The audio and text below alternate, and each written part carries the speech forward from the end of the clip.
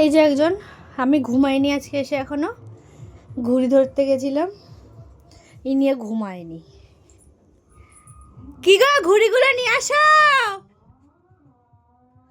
আমি দেখাচ্ছি আমি কটা ঘুড়ি ধরেছি, মানে যেগুলো ধরা হয়ে গেছে সেগুলো ওই যে আলমারির মাথায়।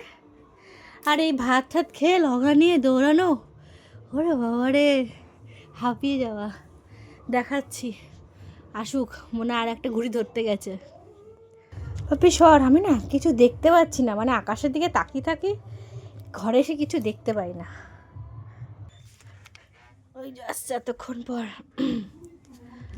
তাড়াতাড়ি আসো, হাঁপিয়ে গেছি। আমি না কিছু দেখতে পাচ্ছি না জানো, চোখে আকাশের দিকে তাকিয়েছিলাম বলে।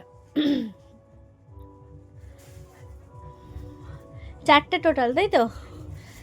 বলো তো আমি কোনটা ধরেছি? এটা আমি। হ্যাঁ, এটা তুমি ধরেছো, এটা তুমি না, এটা তুমি ধরেছো। এটা তোমার বাবা ধরেছে। এটা আমার বাবা ধরেছে, আই লাভ ইউটা।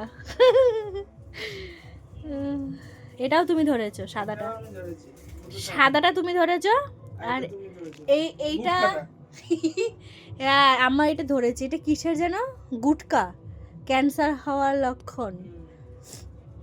মানে এটা আমি ধরলাম কেন জানো, যে এসব খাওয়া ভালো না, যারা এসব খায় তাদের কাছে সাবধান করা। কতগুলো হলো বলো তো? 3টে আলু পুড়ে যাবে বলো, কটা একটু কাট দিলে। আলু পোড়াবা? হেই ইয়েস, আলু পোড়াবো। আলু পোড়াবা পেপার।